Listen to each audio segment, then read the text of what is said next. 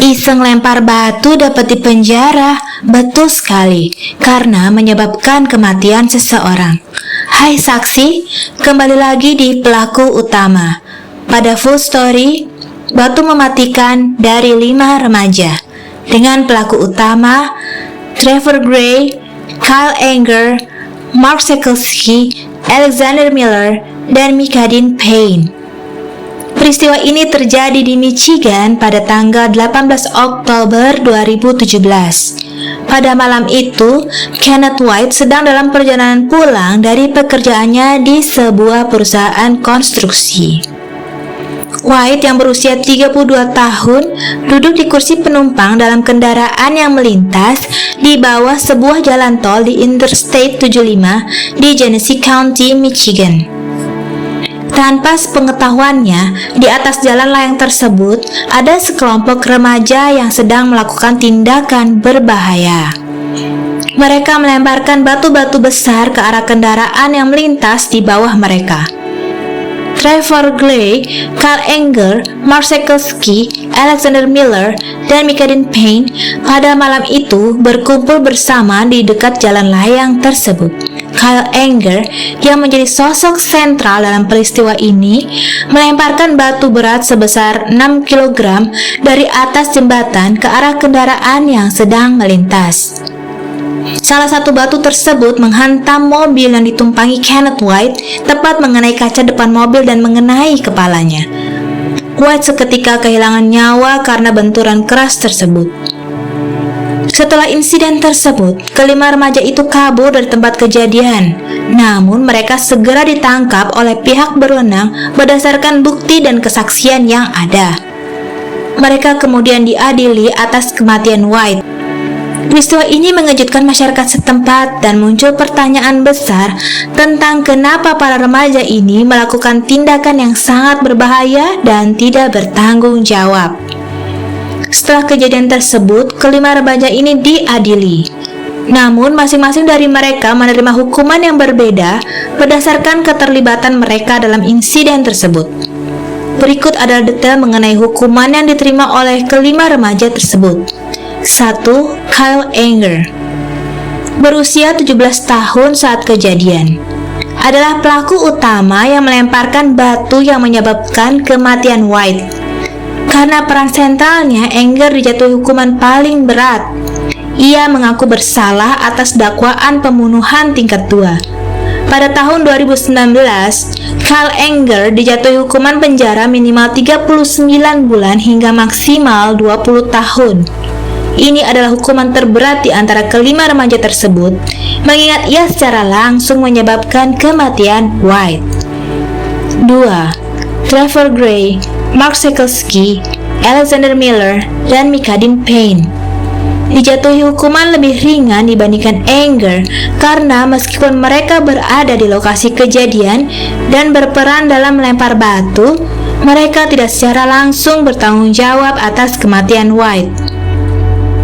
Keempatnya mengaku bersalah atas dakwaan penghasutan dan perusakan properti yang merupakan dakwaan lebih ringan dibandingkan dengan pembunuhan. Mereka masing-masing menerima hukuman percobaan dan pelayanan masyarakat. Mereka juga diwajibkan mengikuti konseling psikologis dan menghadiri program rehabilitasi. Hukuman yang dijatuhkan keempat remaja ini menuai kontroversi di kalangan masyarakat, terutama di kalangan keluarga korban yang merasa hukuman tersebut terlalu ringan. Namun, pengadilan memutuskan bahwa hukuman percobaan dan pelayanan masyarakat sudah cukup mengingat usia mereka yang masih muda dan peran mereka yang lebih kecil dibandingkan Kyle Anger. Kyle Anger sebagai pelaku utama ditempatkan di penjara dengan keamanan menengah di Michigan. Hingga masa hukuman yang berakhir atau dia dibebaskan bersyarat, Anger akan tetap berada dalam sistem penjara negara bagian Michigan. Lokasi spesifik penahanannya tidak selalu diungkapkan kepada publik untuk alasan keamanan. Biasanya, tahanan dengan hukuman lebih panjang seperti Anger bisa dipindahkan dari satu fasilitas ke fasilitas lain di bawah pengawasan ketat. Sedangkan keempat remaja lainnya yang menerima hukuman percobaan tidak menjalani masa tahanan di penjara. Sebagai bagian dari hukuman mereka diwajibkan mengikuti program pelayanan masyarakat dan program rehabilitasi. Program ini bertujuan membantu mereka memahami konsekuensi dari tindakan mereka dan menghindari perilaku yang serupa di masa datang. Kasus ini menimbulkan diskusi yang cukup luas tentang tanggung jawab hukuman remaja, terutama dalam kasus yang menyebabkan kematian. Ada banyak faktor yang harus dipertimbangkan ketika mengadili remaja, terutama karena mereka masih dalam tahap perkembangan mental dan emosional. Dalam kasus ini, pertanyaannya adalah sejauh mana mereka harus bertanggung jawab atas tindakan mereka, terutama karena hasil dari tindakan mereka sangat fatal. Salah satu pertimbangan utama dalam memberikan hukuman adalah apakah pelaku menyadari bahaya dari tindakan mereka. Dalam kasus ini jelas bahwa tindakan melempar batu ke kendaraan yang melintas di jalan raya adalah tindakan yang sangat berbahaya dan bisa berujung pada kematian. Karl Engels sebagai pelaku utama memang pantas mendapatkan hukuman yang lebih berat, mengingat ia adalah orang yang langsung bertanggung jawab atas kematian White. Namun, hukuman yang diterima oleh keempat remaja lainnya, meskipun lebih ringan, juga tetap relevan mengingat mereka ikut serta dalam tindakan yang membahayakan tersebut. Mengingat usia mereka yang masih remaja, pengadilan memberikan kesempatan bagi mereka untuk belajar dari kesalahan mereka tanpa harus merusak masa depan mereka dengan hukuman penjara yang panjang.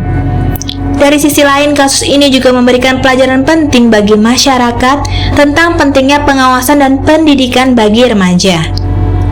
Kelalaian dalam memberikan pemahaman kepada anak-anak dan remaja tentang konsekuensi dari tindakan mereka bisa berujung pada tragedi, seperti yang terjadi pada Kenneth White.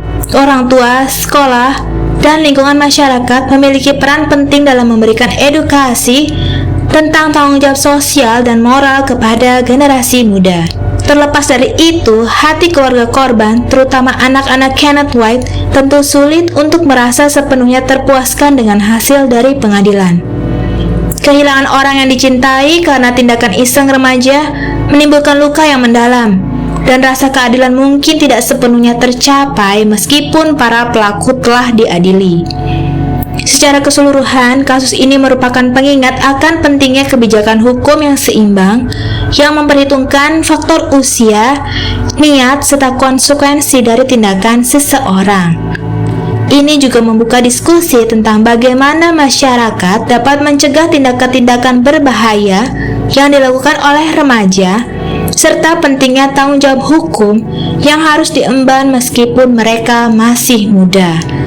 Ingat, jauhi kejahatan dan selalu pilih jalan yang benar.